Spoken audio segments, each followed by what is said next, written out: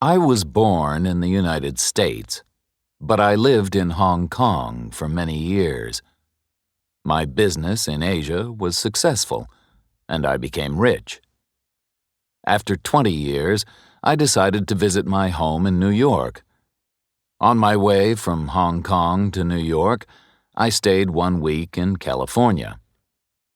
I had a friend who lived in the city of San Francisco, and I wanted to see him again. His name was Mohan Dampier, and he had been my friend for many years. We had written many letters to each other. But recently, I had not received any news from him. Dampier had never had a job. His father gave him a little money, so Dampier had never worked. Dampier was a superstitious man. He believed that luck or magic could make things happen in his life. He spent most of his time reading books. Strange books. Most of the books were about occult philosophy. I called them books about magic. As soon as I arrived in San Francisco, I sent a message to Dampier's house. The message said, "I am staying in San Francisco for 3 days. May I visit you?" Dampier surprised me. An hour later, he sent a servant to my hotel with a reply. "Come to my house at once, my dear friend," he wrote. "Come this evening. You'll remember the house, I'm sure. It was my father's home. I live in a tower at one end of the house. You don't have to ring the bell or knock on the door. I'll tell the servants to go to bed, and I'll leave the front door of the tower open. Come up the stairs immediately. I'll be waiting for you. Please come soon." I rode in a cab to Dampier's house. That evening, the weather was stormy. A strong wind was blowing, and cold rain was falling. I had forgotten that California is cold and wet in winter. I only remembered the sunshine, not the wind and the rain. Dampier's house was near the Pacific Ocean. It was an ugly 2-story building that was made of bricks. There was a tower at one end. The house was surrounded by a garden of many trees and beautiful plants. But now it was winter, and there were no leaves on the trees or flowers on the plants.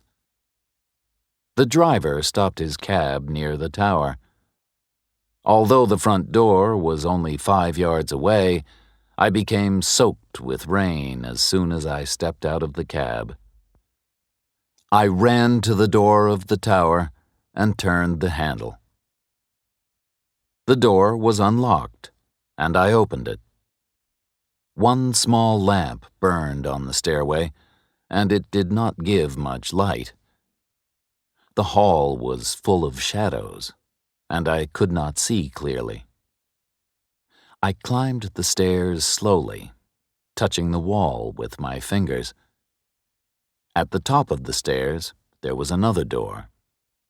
I opened it and went into a room that was lit with another small lamp. Dampier came forward, held my hand, and shook it.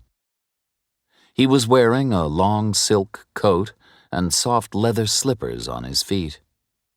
His clothes were old-fashioned and strange. We looked at each other, and I was shocked. I had not seen Dampier for many years. My friend had changed a lot. He had been a handsome man, but now his hair was gray and his face was very pale. There were many lines around his eyes and mouth. Dampier looked like a thin old man, but he was not older than 50. His large and bright eyes shone strangely in the shadowy room. "Welcome, my friend. Please, sit down," he said. Dampier offered me some wine and a cigar, and we talked a little. But I am afraid that our conversation was not very interesting. Meeting friends after many years can be difficult, and it can make you sad. Maybe Dampier guessed my thoughts. "Non sum qualis eram." "I'm not as I was," he said. I tried to make a joke. "Your Latin hasn't improved," I replied. My friend smiled. "Latin is a dead language, and I'm a dead man," he said. Then his smile disappeared, and he said, "I'll die very soon." I did not know what to say. I smoked my cigar and drank my wine. We were both silent for several minutes. Outside, the wind had stopped blowing. I wanted to leave the house. Suddenly, I heard a strange noise. Tap, tap, tap. It was the sound of someone or something knocking. Was the sound coming from one wall of the tower? Tap, tap, tap. The sound was not quick or loud. It was not the sound of someone knocking loudly on a door. The soft tapping sounded like someone sending a signal, a message. Dampier had forgotten me. He was staring at the wall. There was a strange expression on his face. My friend looked excited and afraid. His eyes shone brightly. I did not know what to do. Should I go or stay? I stood up. I see that you are very tired," I said. "I'll leave. May I visit you tomorrow?" Dampier turned his head and looked at me. "Please, stay," he said. "There's no problem. Nobody is there." He walked to a small window and opened it. I had not noticed the window earlier. "Look," he said. I walked across the room and looked out of the window. I could see nothing except the light of a street lamp and rain falling. No one was standing outside. There was no one near the wall of the tower. "Please, don't leave me," said Dampier. "I must tell you a story. You're the only man that I can tell it to. Will you listen to my story?" I wanted to go back to my hotel. Dampier, his house, and the strange noise made me feel uncomfortable. I think that I am a sensible and intelligent man, but I felt unhappy and frightened in that old tower room. However, I did not want to upset my old friend. "Very well," I said. "I'll stay and listen." Dampier poured me another drink and offered me another cigar. Then he began to tell his story. "I didn't move into this house until my father died," Dampier said. "That was 10 years ago, when I was about 40 years old. When my father died, I got his business, his property, and his money. Before his death, I lived in a large apartment building on Rincon Hill," said Dampier. "Maybe you know that area of San Francisco. Rincon Hill was a fashionable area 50 years ago, but now it is run down forgotten and neglected. The owner of the apartment building rented out many of its small rooms. The walls of the rooms were thin. You could almost put your hand through them. I was lucky, Dampier went on. The rent was cheap, and I had a large room in the building. No one visited me, and no one disturbed me. I could study my books quietly. I lived happily on Rincon Hill. One morning, as I was leaving the apartment, I saw a young girl, Dampier continued. It was a warm day in June. She was wearing a white dress and a straw hat. There were brightly colored flowers and ribbons around the brim of the hat. Then I saw the girl's face. It's difficult to find words to describe it. Her face was strange and beautiful. I had never seen such a beautiful face before. Without thinking, I lifted my hat and bowed. She looked at me with shining brown eyes, but she didn't speak. I knew that she was pleased to see me, but she didn't smile. She went into the house and shut the door. I stood and stared at the closed door. Would I see her again? Should I speak to her? Would she speak to me? Maybe you think that these are the thoughts of a much younger man, said Dampier. And maybe you're right. But these feelings were new to me. I'd never been in love before.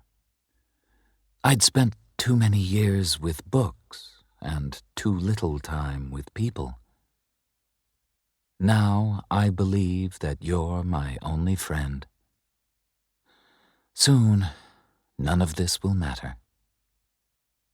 I don't feel foolish when I talk to you. Dampier stopped speaking for a few moments.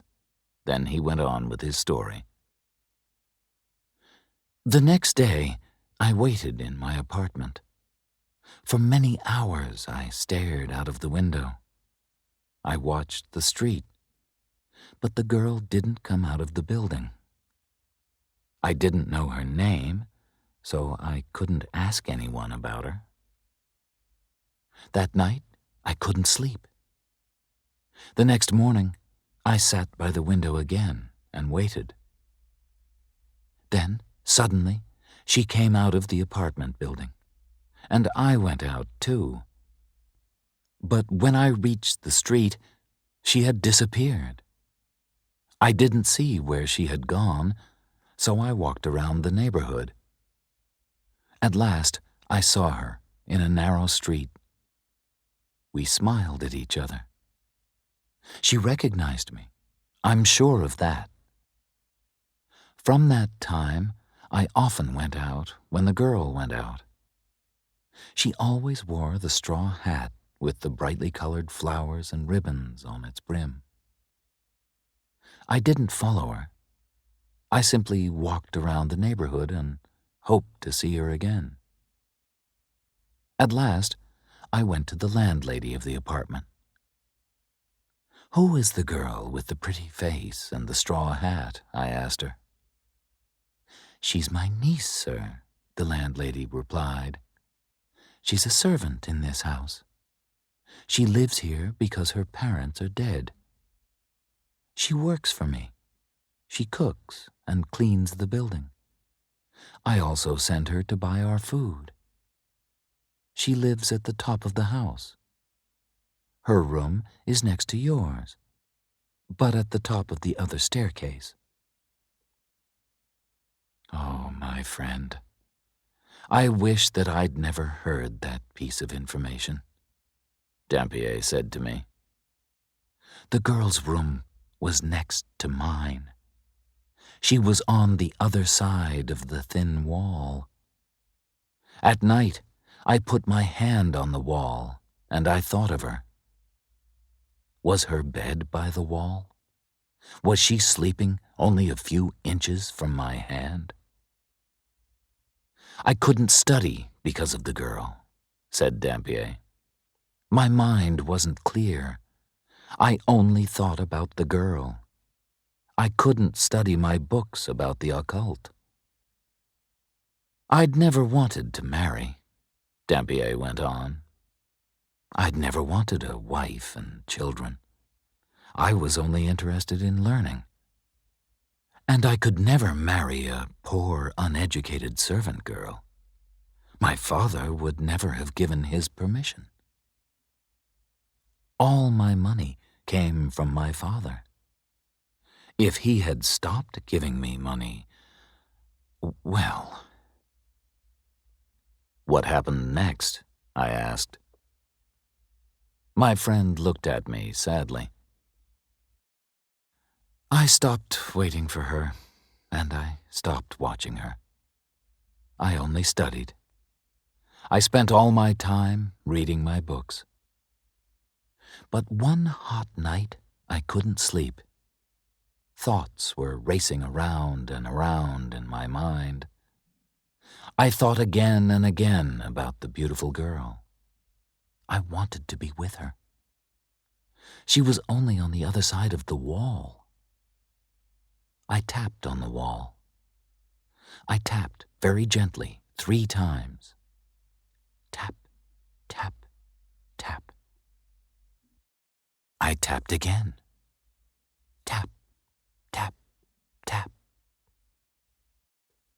Then I felt foolish.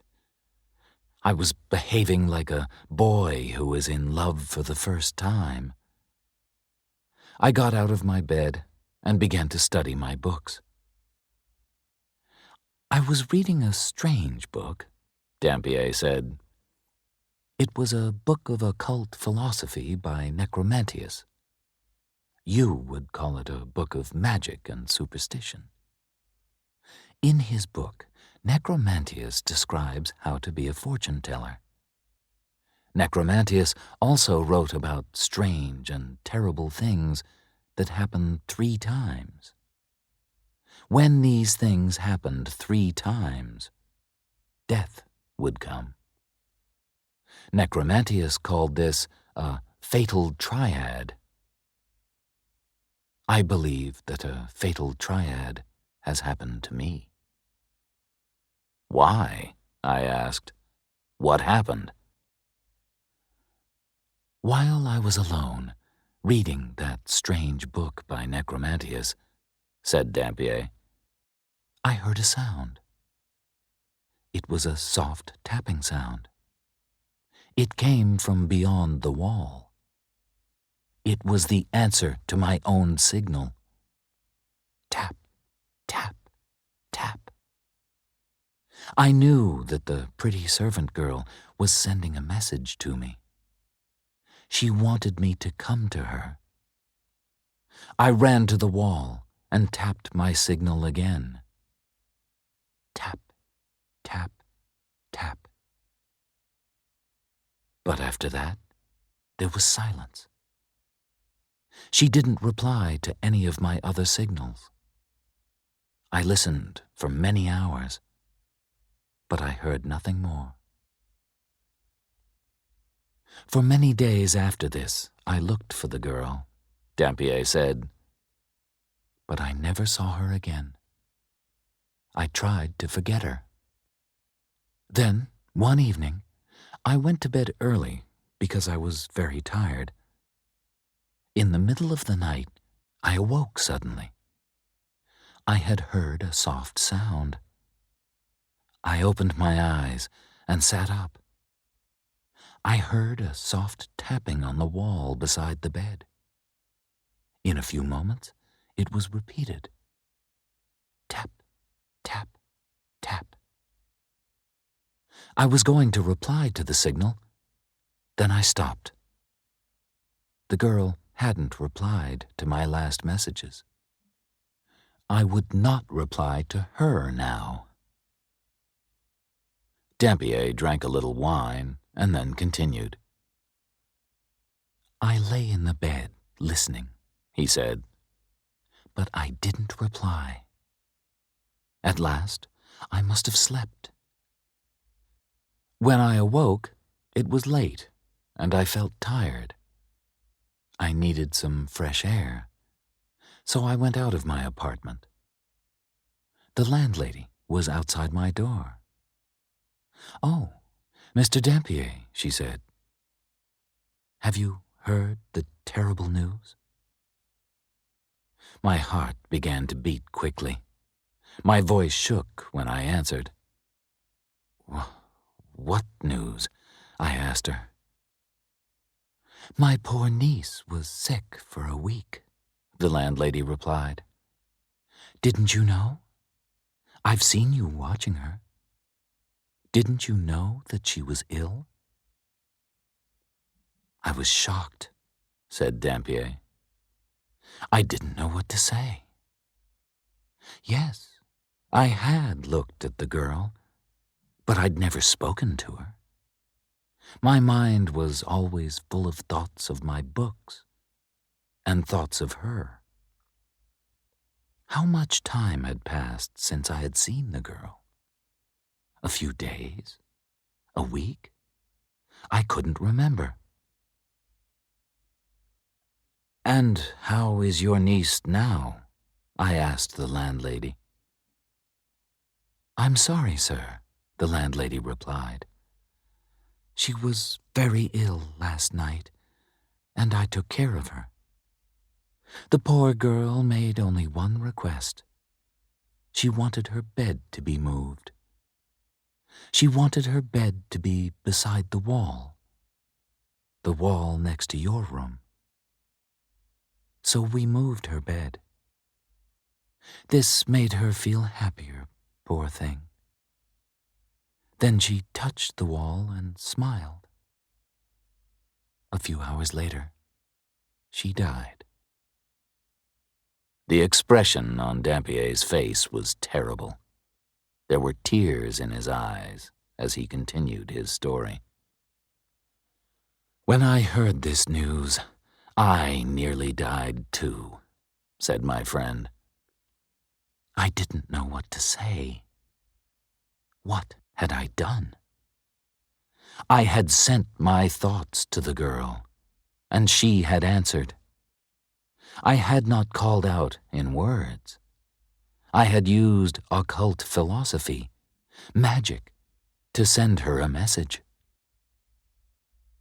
Dampier was silent for a few minutes. Then he went on. "A few days later, I heard of my father's death," said Dampier sadly. "I left the apartment on Rincon Hill and came to his house, this house. It's been my home since then. I've been waiting here in this tower for 10 years. I've been waiting for a visitor. I wasn't expecting to see you, but your visit wasn't a surprise. Necromantius tells us how signs are repeated 3 times. You've heard my story. You must decide if my story has happened because of a fatal triad. I heard the tapping twice before. The first time, I tried to find the person who made the noise. The second time, many signals were sent to me, but I didn't reply. Now you've heard the tapping too. That was the 3rd time. The fatal triad is complete." I stood up and shook Dampier's hand. My friend knew that I understood his sadness and pain. He pressed my hand with his fingers and smiled. I said good night. There was nothing more to say. The next morning, a servant came from Dampier's house. He brought a sad message for me.